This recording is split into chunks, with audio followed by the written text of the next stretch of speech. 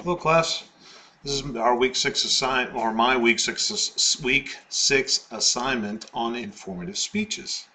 I'm going to be doing it on wiretapping. I think with everything going on in the media these days and Snowden keep popping up, I thought it would be pretty interesting to do something on on wiretapping and our privacy and stuff like that.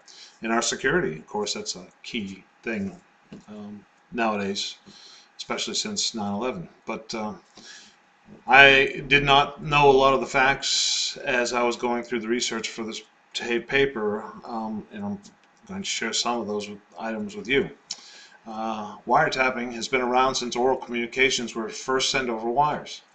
Laws have been enacted to control the practice and try to eliminate the illegal gathering evidence, but what evidence should be gathered and against who? Are we expected to give up our privacy to ensure the safety from terrorist threats? Is it a price too high to pay? Or is it a necessary evil that comes with this age of technology that we're currently in? Do the events of 9/11 require the invasion of privacy, or is it really an invasion at all? Are we giving up our privacy to ensure our security? It's a touchy subject. In 1982, Roy Olmsted was convicted of violating the National Prohibition Act for bootlegging alcohol. The main evidence against him was obtained through wiretaps. He argued that his Fourth Amendment rights were violated because his telephone conversations were wiretapped. The court ruled against him because his private property had not been trespassed upon. The equipment had been placed on the street and in the basement of his business. Thus, this ruling was later overturned in 1967 in Katz versus the United States due to the Federal Communications Act of 1934. While the wiretapping of Mr. Olmsted's case was done without a warrant, it was done to prevent the transporting of alcohol from Canada during Prohibition. The effects of those crimes are much smaller scale than the events that happened to us, all of us, on 9/11, and it affected a lot fewer people. Even with the passing of the Wiretap Act in 1968, the amended in 1986, also known as the Title III, was the introduction of wireless phones, picture phones, wireless internet, etc. All privacy has already become compromised. Most homes have wireless landlines as well as cell phones and cameras. Anyone can take pictures or videos while you are shopping at Walmart or even from one yard to another and post it to Facebook or Twitter without your knowledge. You don't have to know nothing about it. These devices are unsecure because they use radio frequencies to transmit, leaving us vulnerable to interceptions without even knowing it's happening. Title III bars third parties from tapping our phones or monitoring our email or internet traffic without showing probable cause that certain felony crimes have or will be committed. Kevin S. Blankston, a senior staff attorney for the Electric Frontier Foundation, EFF, says, "We believe that these practices present a significant change to democracy and society."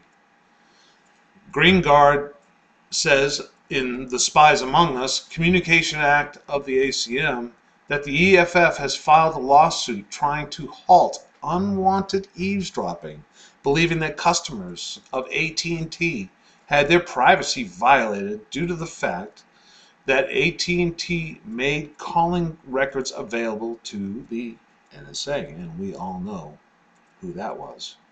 He's currently residing in Russia. Edward J. Blaustein, a professional philosopher and law professor, is credited with developing the argument that privacy rights are worth defending because they protect against intrusions, demeaning to personally and against affronts to human dignity. Does wireless wiretapping violate moral rights? I don't know.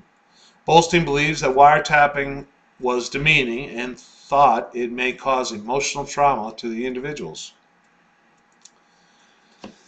There are proponents for wiretapping and the NSA. Michael Hayden is a former director of the NSA and a former director of the CIA. And it is a contributor to the New York Times. And he has an article in July of 2009. He explains that there is a need to reduce the gap between foreign intelligence and domestic security, and says the debate on law and policy will no doubt continue, but learning will only begin as we turn down the volume, moderate our language, and recognize that there is more information that will properly become available in time to allow both of us and history to inform our judgments. And that was in the New York Times. Mr. Hayden believes that the time and the controlled debates will answer the public's question and soften the outrage. Michael Shamus is a writer for the Huffington Post. The term private citizen has become an oxymoron. That all of our searches and everything we do on the internet with Google and Yahoo and all that stuff is available for people to buy, use, profile us. Everything, all of our stuff that's on the servers that Facebook saves our pictures and posts. They're a digital trail for buying in our, everything we buy, everything we do, our credit cards we use. And everything we have, smartphones are equipped with GPS that can be tracked at any time by anyone. Mr. Shamus graduated summa cum laude from Duke University with a degree in political science. He believes that privacy is a relic of the past. He also believes that the government still respects civil liberties in the Fourth Amendment. The Constitution does not specify the right to privacy, but it does guarantee protection from invasion and domestic violence. The United States shall guarantee to every state in the Union a republican form of government, and shall protect each of them against invasion, and no application of the legislature or the executive against domestic violence. Article 4, Section 4, even the preamble to the Constitution reads in part, ensure domestic tranquility. What is tranquility anymore? How can we reasonably expect to be kept safe without losing privacy that we have honestly already lost with technology?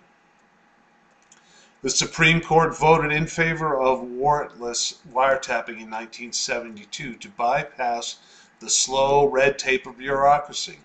Since its inception, it has proven to intercept threats to the U.S. and our citizens. Wiretapping is not unlike other government programs. It has been used and abused by politicians and or for personal gain. It was even used to spy on Dr. Martin Luther King.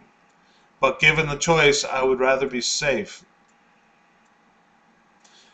For my references, I've used the SSDF Project EFF surveillance, the wiretapping law. I've also used the Huffington Post, and I've also used the New York Times and the ILT.EFF.org. Thank you.